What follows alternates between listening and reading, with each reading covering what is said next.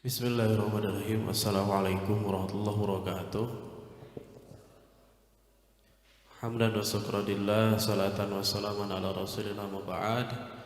Allahumma salli wa sallim ala sayyidina Muhammad ibn Abdillah wa ala alihi wa sahbihi ajmain.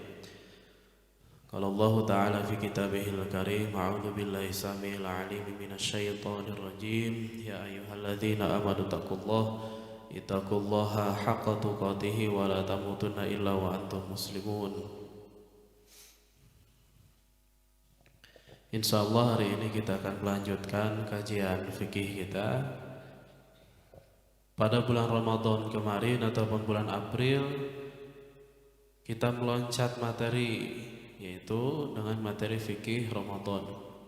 Apa saja materi fikih Ramadan yang telah dibahas pada bulan Ramadan?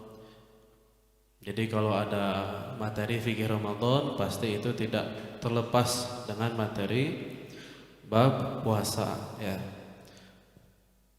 Kemudian nanti ada puasa sunnah, ada puasa yang wajib, ada yang puasa yang makruh, ada puasa yang haram.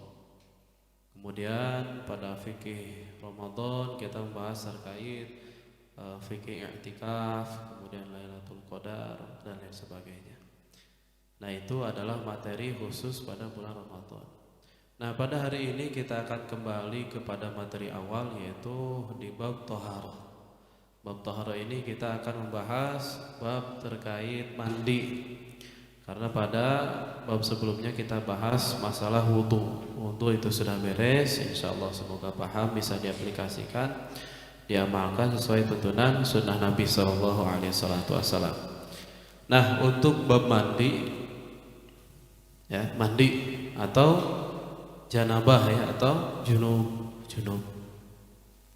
janabah, junub, ya. Nah, mandi ini adalah kegiatan yang sifatnya menjadi kegiatan wajib harian. Sayang seribu sayang, masih banyak umat Islam yang belum mengetahui tuntunan mandi sesuai sunnah Nabi sallallahu alaihi salatu wassalam. Pertanyaannya, apakah ketika kita mandi tanpa tuntunan sunnah Nabi sah atau tidak mandinya?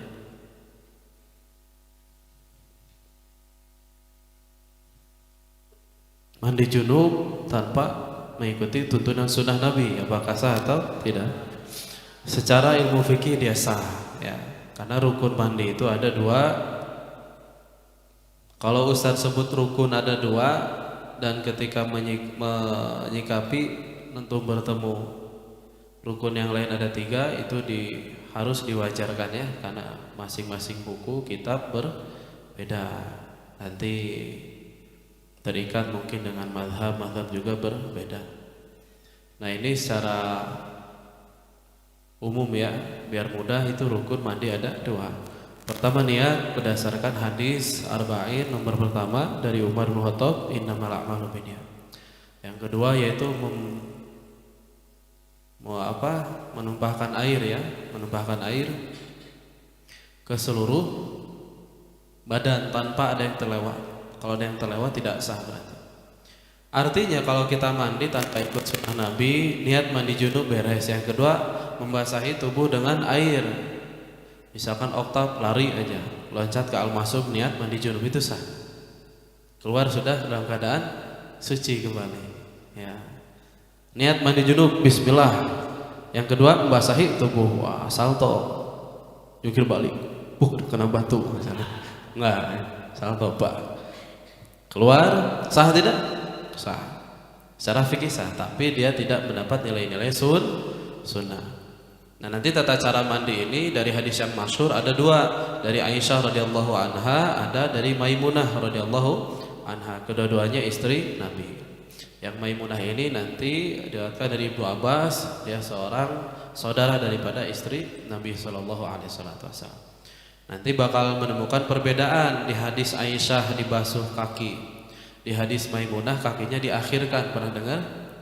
Nah, itu. Ustaz, jadi kakinya diakhirkan atau diawalkan atau bareng ketika wudu, gitu kan?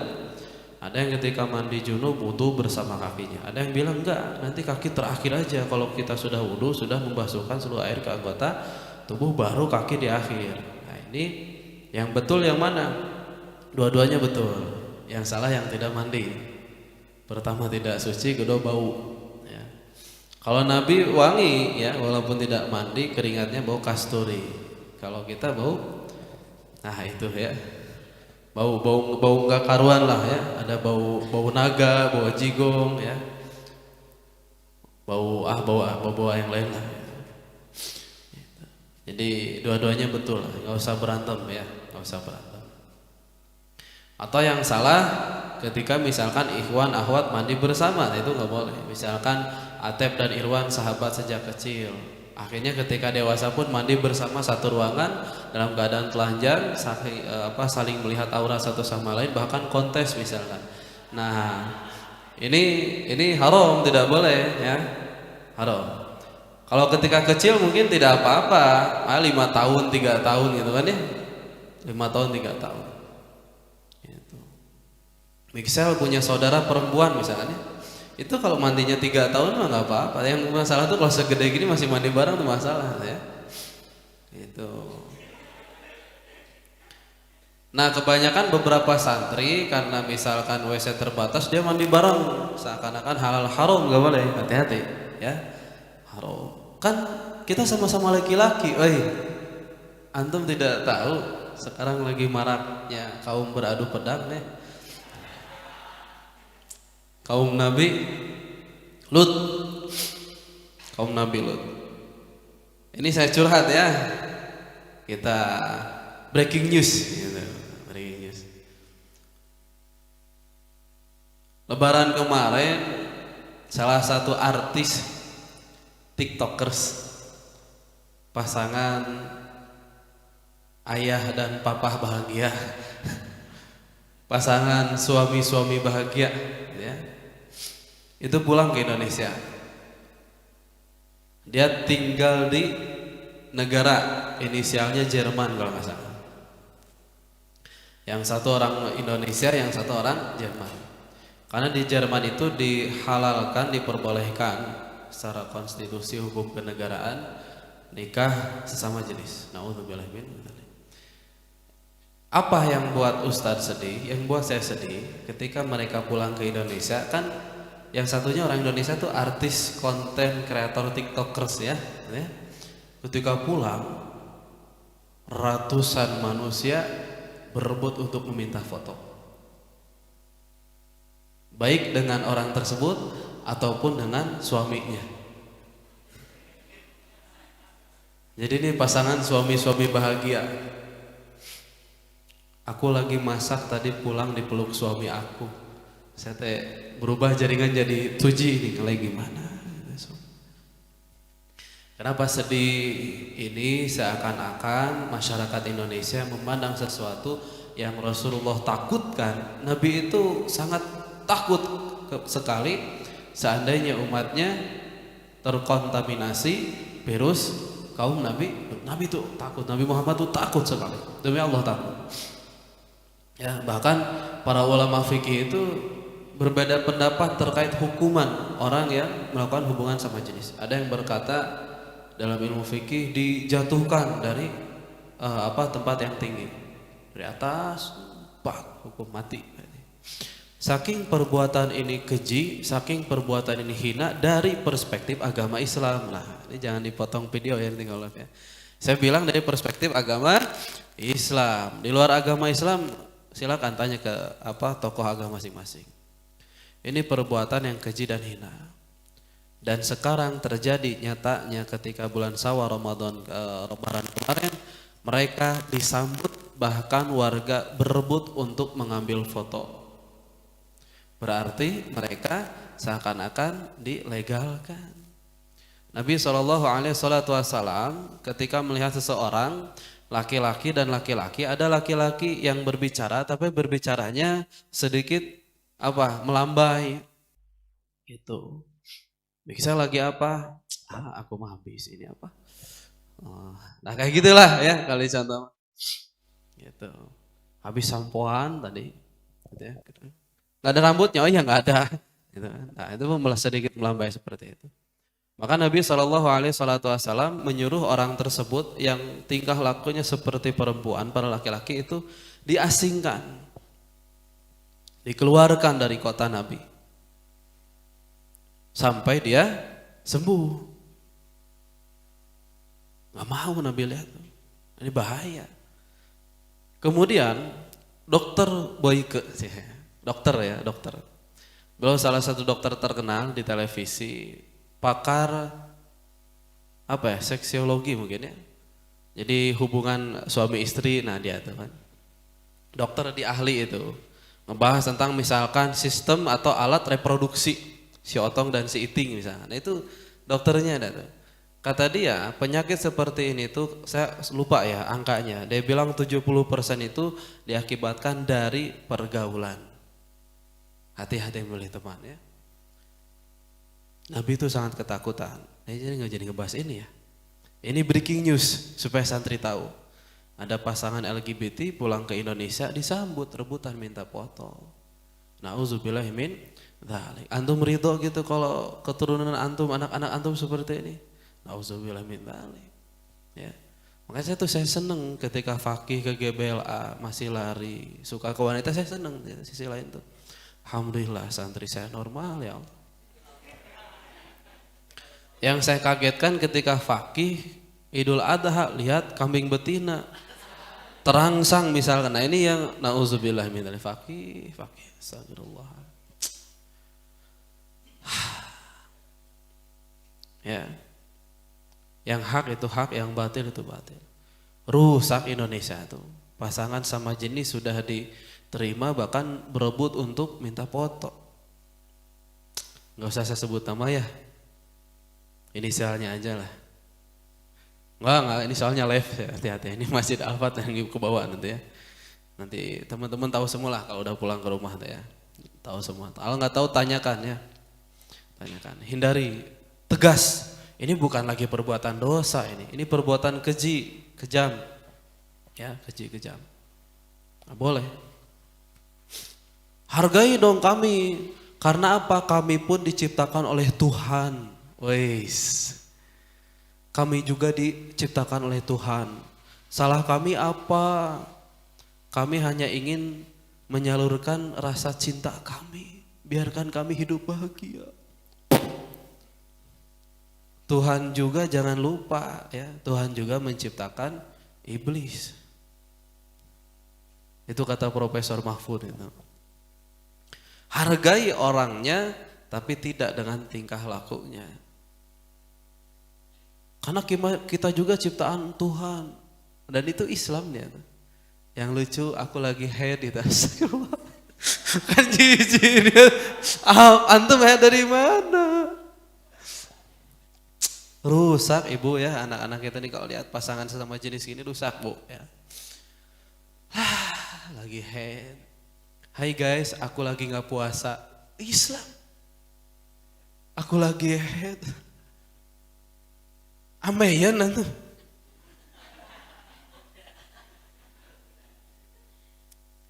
Apa ini?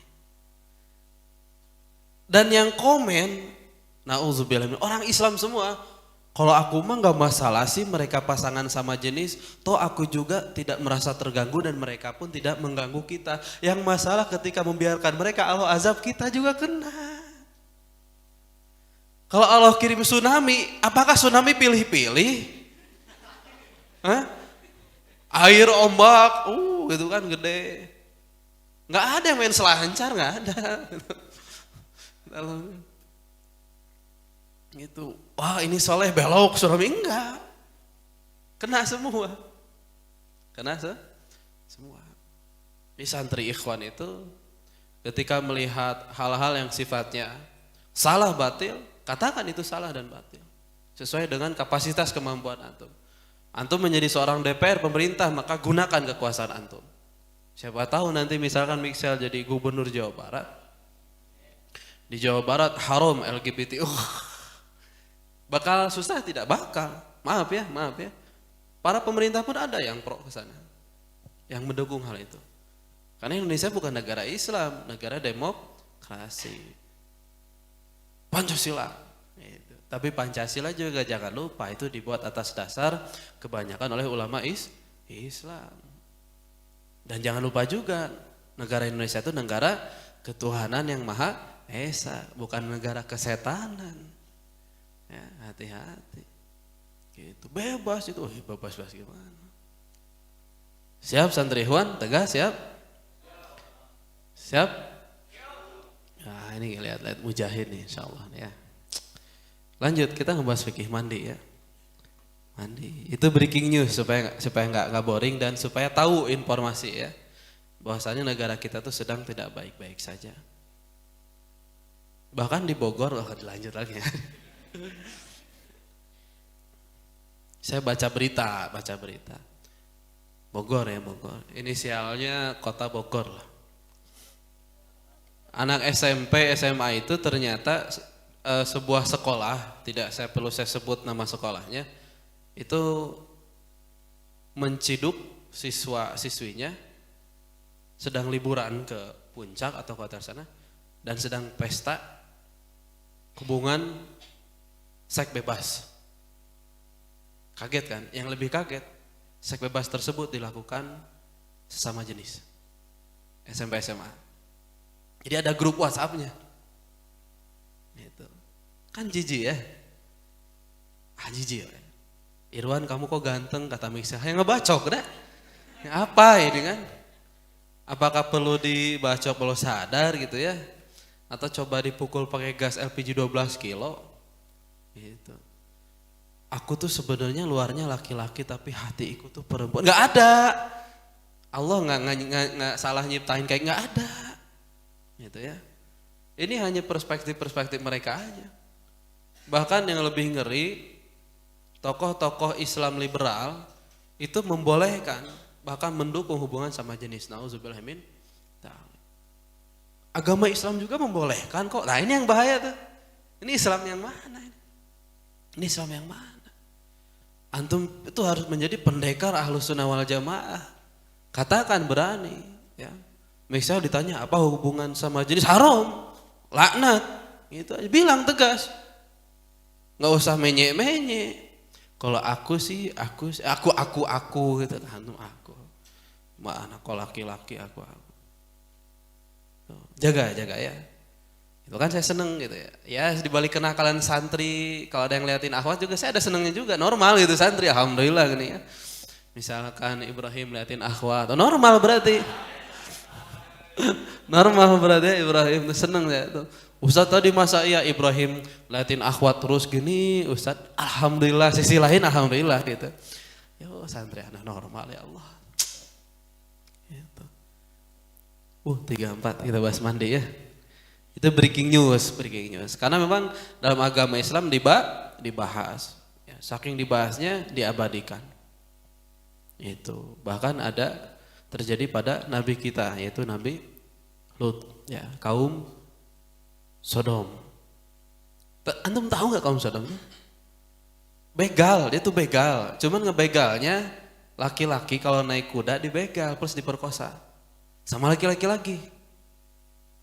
Ya, itu begal itu kayak gitu. Sebegal-begalnya Indonesia belum seperti itu. Dan jangan gitu.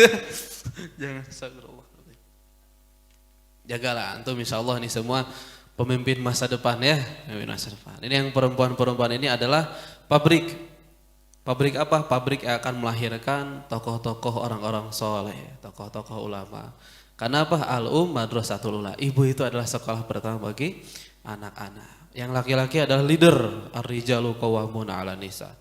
Baik buruknya seorang istri, baik buruknya seorang anak ditanggung oleh laki-laki. Hati-hati. Pengen nikah kayaknya enak. Antum nikah enak.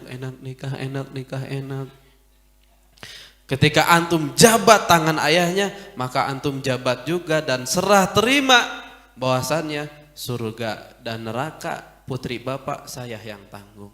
Kayaknya enak aja. Mata antum enak. Ya. Perempuan juga sama. Kayaknya enak ya punya suami ya. Ada yang boncengin, ada tempat bersender bahu gitu kan. Gitu. Antum tuh jangan lihat enak-enaknya aja, tuh lihat enak. Ya. Enak-enak.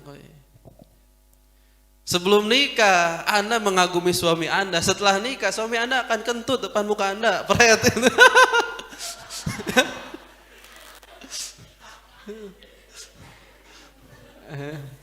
Mana sih? Enak-enak. Ya. Ingat ya, nikah itu enaknya cuma 5% lah. Sisanya enak banget.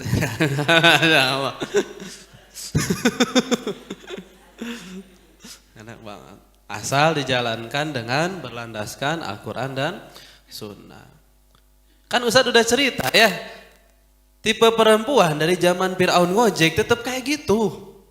Aisyah pernah berantem sama Nabi, kata Aisyah dia yang salah tuh, sekelas Nabi ditunjuk dia. Coba emang tipe cewek mah kayak gitu, nggak mau salah, kalau salah merasa benar, kalaupun benar merasa benar 2 kali lipat gitu.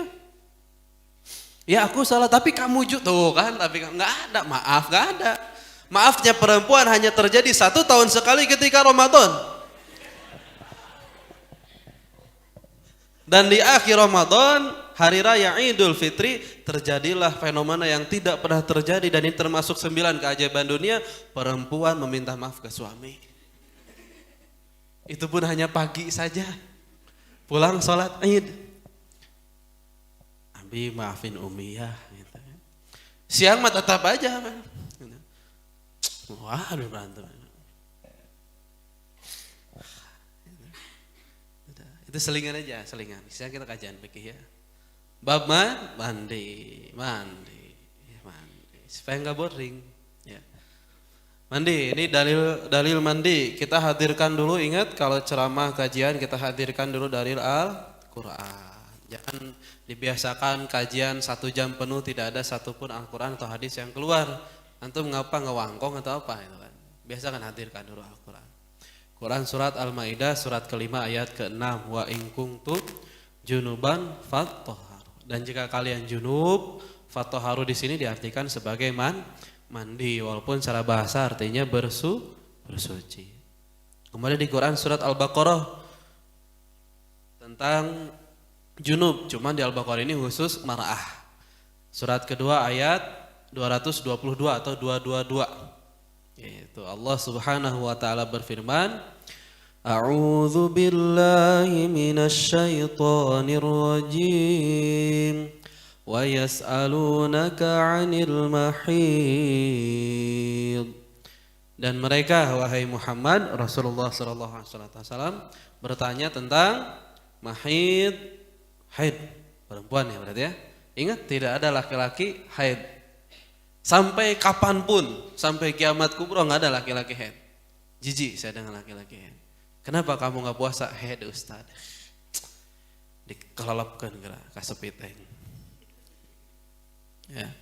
Wa yas'alunaka 'anil mahid, dan mereka bertanya tentang haid. Ini ilmu ayat buat laki-laki dan perempuan. Ya. Qul adza fa'tazilun nisaa fil mahid. Itu qul huwa adza fa'tazilun nisaa.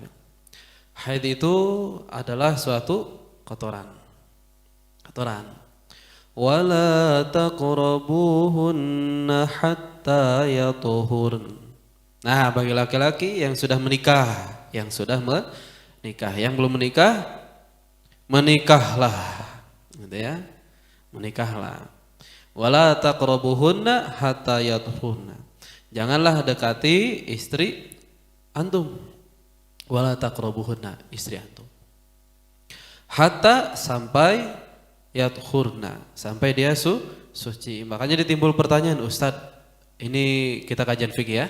Apa hukum laki-laki berhubungan dengan istrinya dalam keadaan si istri haid? Maka semua ulama mengatakan, sebagian besar mengatakan sepakat bahwasannya haram berdasarkan ayat ini. Wala taqrabuhunna hatta yatuhurna. Seorang laki-laki tidak boleh berhubungan dengan istrinya ketika si istrinya sedang haid.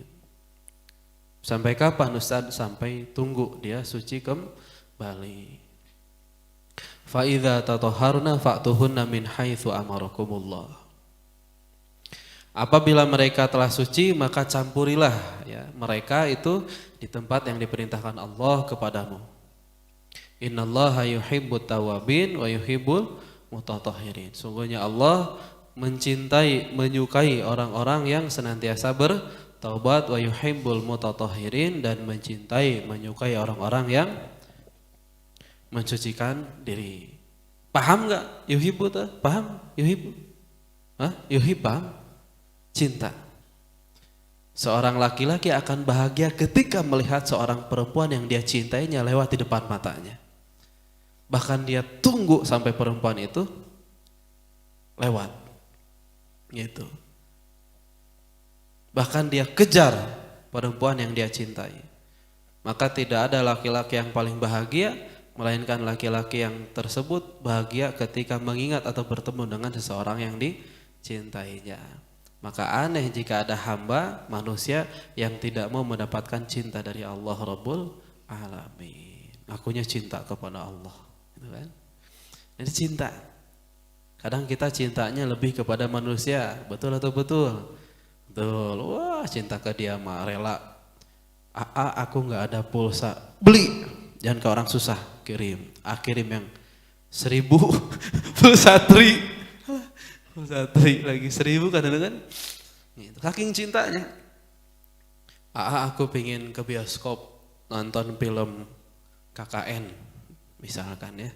Wah, si A-nya nabung karena ke bioskop tuh harus paket bioskop, popcorn, makan, steak, minum, udah paket.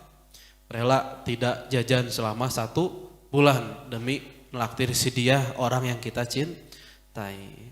Lantas bagaimana cintanya seorang hamba kepada Allah? Ketika seorang hamba sudah cinta kepada Allah, maka dia akan melakukan segala hal yang Allah cintai. Termasuk apa? Innallaha yuhibbut tawwabin wa yuhibbul mutatahhirin. Allah itu cinta kepada hambanya yang senantiasa bertobat dan mensucikan diri. Maka santri yang jarang mandi tidak masuk kategori orang yang dicintai Allah. Dan putri pun saya yakin suka santri yang sering mandi dan wangi. Betul apa betul? Tuh dengekeun ya, dengarkan dengan seksama. Woi, ya dengarkan tuh. Perempuan itu suka laki-laki yang sering mandi. Ya jangan terlalu sering. Sehari 5 kali mah antum ikan atau apa itu ya. Cukupnya saja. Ya. Gitu. Nah, beberapa hal yang menyebabkan kita semua wajib mandi. Ya, apa saja sih Ustadz yang menyebabkan kita semua wajib mandi? Pertama, ketika keluarnya mani atau sperma. Ingat ini kajian fikih, majelis yang mulia, jangan dijadikan sebagai ajang untuk membahas hal-hal yang hina atau bercanda ya. Ini kajian fikih, pasti membahas hal-hal yang sifatnya vulgar. Jadi yang pertama yang mewajibkan kita mandi keluarnya sperma karena apa? Terangsang ya, syahwat. Itu mandi. Saya singkat aja ya, ini keluar sperma kalau kita bahas bisa 2,5 jam. Ya bisa 2,5 jam. Karena ada banyak jenis macam-macam di bab sperma ini. Ada yang seseorang mimpi basah tapi nyatanya tidak basah. Apakah dia harus mandi atau tidak? Rumusnya simpel, selama dia tidak keluar sperma maka dia tidak harus mandi. Ada orang tidak mimpi basah tapi basah nyatanya, keluar sperma, mandi atau tidak? Mandi, karena jelas ya rumusnya ketika dia keluar sperma maka harus mandi.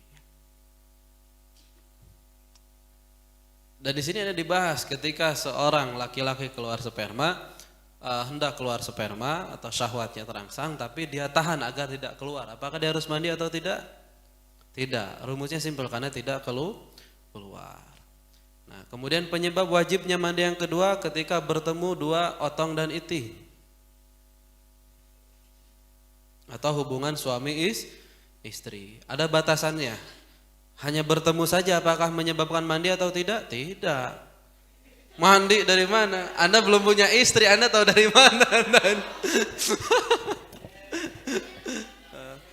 Ya, jadi mufti kalau hanya bertemu otong dan iting itu tidak menyebabkan mandi. Bahkan ketika bersentuhan otong dan iting, ketika mufti bersentuhan dengan otong dan iting ataupun misalkan dengan istri ya, dengan sistem ataupun alat reproduksinya, saya pakai bahasa IPA karena saya SMA IPA ya, biar nggak terlalu vulgar tuh. Itu dengan Mr. V gitu ya. Kan apa? Mufti ada otong ya, itu ada iting gitu kan. Nah, walaupun hanya bersentuhan, apakah dia harus mandi atau tidak? Tidak. Lantas bagaimana batas diharuskannya mandi antara bertemu otong dan iting ataupun ketika suami istri berhubungan? Batasnya, saya ikut pendapat mayoritas ulama biar mudah ya, kita tidak bahas ikhtilaf dalam fikih panjang bisa 1,5 abad namanya. Cara ringkas, ketika bagian helm si otong, ya, helm si otong, kan dulu tuh kan berbentuknya kupluk ya. Kemudian terjadi sunnah yaitu untuk khitan atau memotong kupluk tersebut. Sebagaimana hadis Nabi SAW bersabda, Nabi Ibrahim SAW itu disunat usia berapa tahun? 80 tahun bil khudat dengan kampak. Gitu. Siapa yang berani dengan kampak? Tidaklah ya. Jadi apa kemaluannya itu dipotong dengan kampak Nabi Ibrahim. Buk gitu. Buk gitu.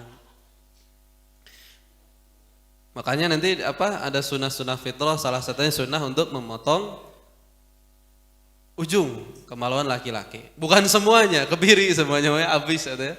Nggak ada, antum sunat berapa kali? Nggak ada berapa, 1 kali aja. Ya, 1 kali aja. Paling memang ada beberapa ancaman istri biasa gitu. Kalau kamu poligami saya sunat kamu 3 kali. Nah itu biasa ancaman istri. Istri orang bukan istri saya ya. Istri saya mah baik ya, insyaallah. Ya, saya bilang baik kan, nggak bilang yang lain ya. Saya bilang baik. Jadi batasannya ketika mandi, ketika apa helm atau kepala ya, kepala daripada kemaluan laki-laki itu memasuki kemaluan perempuan. Walaupun dia tidak mengeluarkan atau tidak keluar yang namanya air sperma, maka dia wajib mandi. Kan saya mah tidak keluar sperma, kata Ustadz tadi rumusnya harus keluar sperma. Itu di poin pertama, di bab keluar sperma. Di poin kedua ini membahas tentang bertemunya dua kemaluan. Walaupun tidak keluar sperma, ketika bagian kepala atau bagian helm sudah masuk kepada kemaluan perempuan, kita bahas di majelis yang mulia, berarti suami dan istri, gitu. Maka dia diwajibkan mandi, seperti itu ya.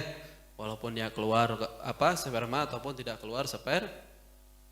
Yang ketiga menyebabkan wajib mandi ketika berhentinya haid dan nifas. Ini perempuan, nggak ada laki-laki haid, tidak ada laki-laki nifas. Itu melahiran dari mana laki-laki? Nggak ada laki-laki lahiran, nggak ada. Ya fakih ya, nggak ada laki-laki. Fakih nggak ada nggak?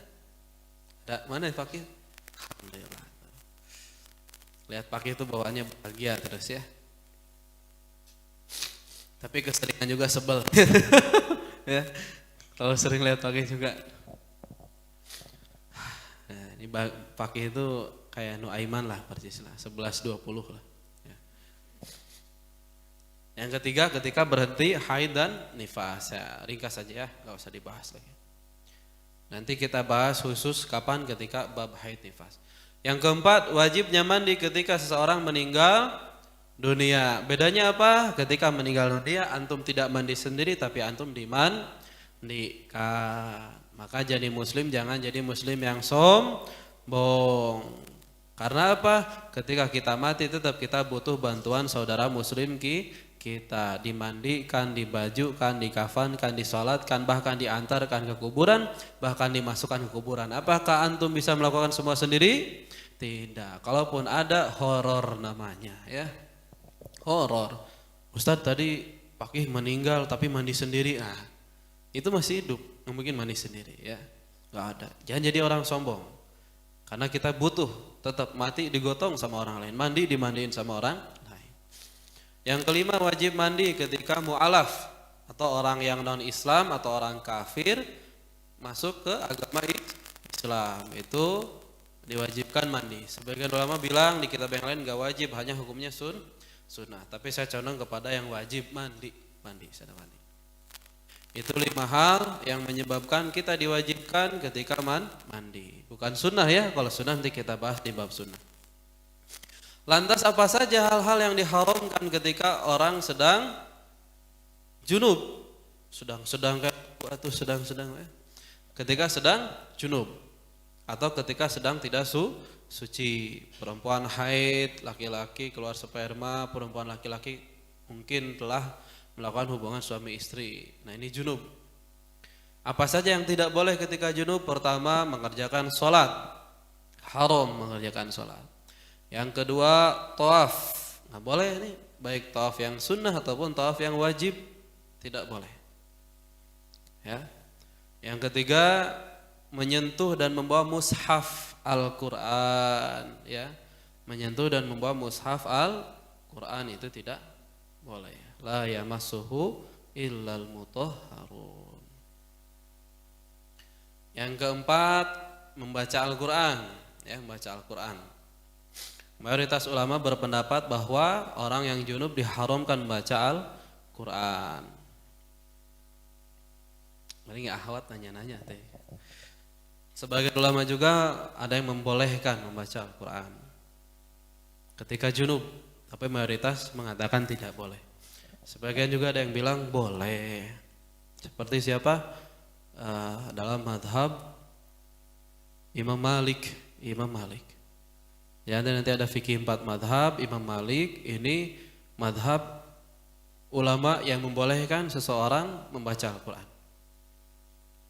Kebagi 2 pendapat dalam madhab Imam Malik. Yang pertama boleh baca Al-Quran bebas. Yang kedua boleh baca Al-Quran tapi sedikit sahaja, tidak banyak-banyak. Dan biasanya pendapat ini dijadikan sandaran di beberapa pondok tahfidz. Itu takutnya kan nanti ahwat modus kan, haid padahal enggak gitu kan, enggak baca Quran. Nah, ini biasa dijadikan pendapat Imam Malik ini sebagai landasan di beberapa pondok tahfidz.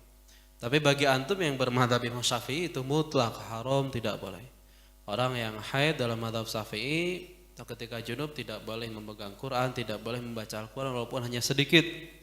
Kalaupun ingin baca doa yang dari Al-Quran, diniatkan dengan baca doa bukan membaca Al-Quran.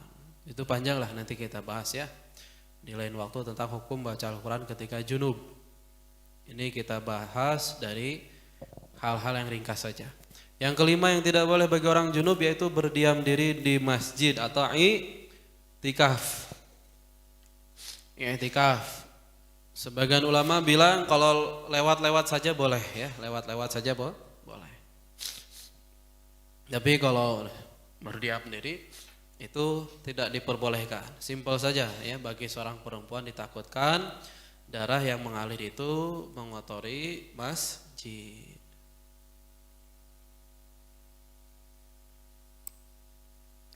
Nah, ini berdasarkan sabda Nabi SAW dari Ummu Salamah, innal masjida la yahillu li junubin wala li haidin. Sesungguhnya masjid itu la yahillu, tidak dihalalkan atau tidak diperbolehkan masuk, li junubin bagi orang yang junub, wala li haidin ataupun bagi orang-orang yang sedang haid, itu tidak boleh masuk. Makanya sebagian biasanya diam-diam di luar masjid ya, di teras masjid.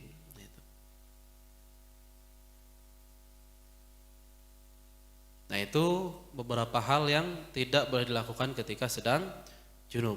Selanjutnya, jam berapa kan? 5 menit lagi ya. Hal-hal yang disunahkan untuk mandi ketika kapan saja. Laki-laki ini udah masyhur ya laki-laki ya. Jadi sunnah kita mandi kapan? Ketika hari Jumat. Ketika hari Jumat. Ahwat boleh enggak? Boleh, silakan mandi. Dapat sunnah ya. Sini ada 6 sunnah ketika kita disunahkan mandi. Kenapa hari Jumat disunahkan mandi? Ustadz sering bilang salah satu setiap sesuatu ada penghulunya. Penghulunya hari itu adalah Jumat. Sayyidul Ayyam. Rajanya hari adalah hari Jumat. Itu. Nah, maka Nabi SAW ketika hari Jumat beliau mandi, beliau menggunakan wangian, ya. Beliau membersihkan tubuh dengan sebaik-baik bersih tubuh. Bahkan Nabi itu memang sudah bersih, ya. Cuma untuk memberikan contoh kepada kita. Nah, ini berdasarkan sabda Nabi SAW, Ghuslu yaumil Jum'ah, mandi pada hari Jumat, ala kulli muhtalimin wasiwakun wa yamassu min tibi ma qadara alaih. Mandi pada hari Jumat bagi setiap orang yang mimpi basah, ya. Dan dianjurkan bersiwak dan memakai minyak wangi sesuai kemampuannya. Itu. Jadi nanti bisa kita tarik kesimpulan baik dia mimpi basah ataupun tidak disunahkan untuk mandi pada hari Jumat. Nah, sebagian ulama juga jika kita lihat hadis kan tadi bagi orang yang sudah mimpi basah di sini bukan berarti ketika orang mimpi basah hari Jumat dia mandi, tidak. Tapi ulama mensyarah hadis ini adalah maksudnya bagi setiap orang yang sudah baligh, yang pernah mimpi basah. Maka bagi seorang yang sudah baligh, yang sudah mimpi basah, ya, mandi pada hari Jumat wajib. Itu. Jadi bagi setiap orang yang sudah baligh mandi pada hari Jumat wajib. Tapi di sini wajibnya apakah wajib secara mutlak? Tidak. Para ulama memasukkannya kepada kategori sunnah. Seperti itu. Kemudian Nabi SAW bersabda, haqqu ala kulli muslimin ayyagtasila. Hak bagi setiap muslim adalah apa? Mandi. Gitu. Jadi hak bagi setiap muslim mandi. Antum punya hak, punya kewajiban yaitu mandi. Kemudian idza arada ahadukum ayyatiyal jumu'ata falyaktasil. Apabila kalian hendak datang untuk menghadiri salat Jumat, falyaktasil, maka hendaknya mandi. Banyaklah hadis keutamaan terkait mandi di hari Jumat. Yang kedua, sunnah mandi ketika hari raya baik Idul Fitri ataupun Idul Adha. Yang ketiga, lewat ya. Sunnah mandi setelah memandikan jenazah atau mayat. Man ghassala mayitan falyaktasil wa man hamalahu falyatawaddo. Nabi SAW bersabda, man ghassala, barang siapa yang selesai memandikan mayit atau jenazah, falyaktasil, maka hendaklah dia untuk mandi. Wa man hamalahu, barang siapa yang membawanya, ya, dia tidak ikut mandi tapi ikut membawakan jenazah saja. Misalkan ikut membawa pakai keranda mayit, falyatawaddo, maka hendaklah dia berwudu. Yang mandi ikut memandikan itu mandi, yang ikut bawa cukup berwudu. Yang keempat, mandi ihram, ya. Nah, ini semoga nanti kita semua Allah berikan kesempatan untuk ziarah ke dua kota suci, ya. Ziarah ke makam Nabi, ziarah ke Masjid Nabawi, ziarah ke Ka'bah, ya. Bagaimana indahnya dan perjuangannya Rasulullah menegakkan agama Islam di kota tersebut dan melaksanakan syariat daripada rukun Islam. Itu. Yang kelima, disunahkan mandi ketika hendak memasuki kota Mekah Al-Mukarramah, itu sunnah, ya. Yang keenam, disunahkan mandi ketika hendak melakukan wukuf di Arafah. Itu sunahkan mandi, ya, mandi. Rukun mandi bahas minggu yang akan datang sahaja karena sudah jam 11, ya. Kita tutup dengan hamdalah, alhamdulillahirabbil alamin, subhanakallahumma rabbana bihamdika. Semoga dengan berkumpulnya kita di sini Allah golongkan kita kepada orang-orang yang Allah ridhoi, Allah cintai, dan semoga Allah golongkan kita kepada golongan yang mati dalam keadaan husnul khatimah. Allahumma ighfir lana dzunubana wa walidayna warhamhuma kama rabbayana shighara. Rabbana hab lana minas salihin, Rabbana atina fid dunya hasanah wa fil akhirati hasanah wa qina adzabannar. Wassallallahu ala sayyidina Muhammad wa ala alihi wa sahbihi ajmain. Wassalamun alal mursalin walhamdulillahi rabbil alamin. Assalamualaikum warahmatullahi wabarakatuh. Silakan ahwat dulu ya untuk kembali ke alamnya masing-masing.